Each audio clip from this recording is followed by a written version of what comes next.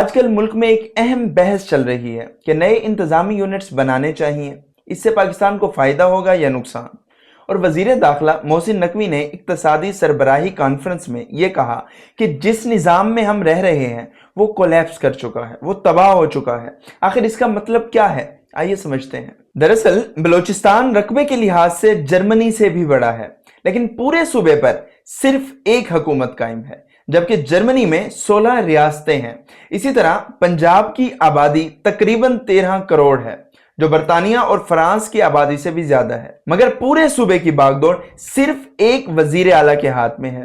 پنجاب کی بڑی آبادی زراعت سے وابستہ ہے اور اکثر کسانوں کو فیصلوں میں تاخیر کے باعث اپنی فصلیں مناسب قیمت پر فروخت کرنے کا موقع ہی نہیں ملتا اور اس کا نقصان اٹھانا پڑ جاتا ہے۔ دوسری طرف بلوچستان کے دور دراز علاقوں کے لوگوں کو معمولی سرکاری کاموں کے لیے بھی کوئٹہ جانا پڑتا ہے۔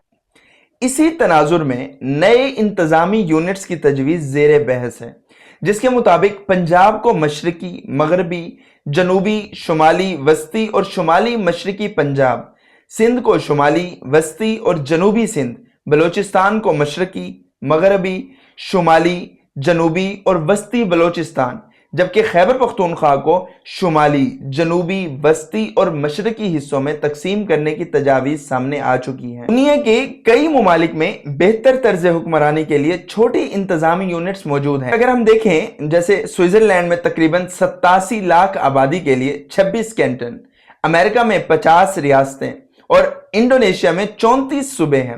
جب اختیارات عوام کے قریب ہوتے ہیں تو جواب دہی بڑھتی ہے اور بدعنوانی میں کمی آنے کے امکانات بھی زیادہ ہو جاتے ہیں۔ محسن نقوی کی یہ بات کوئی نئی نہیں، کیونکہ سرائیکی صوبہ، ہزارہ اور مکران جیسے خطوں میں بھی ماضی سے نئے انتظامی یونٹس کے مطالبات ہوتے رہے ہیں۔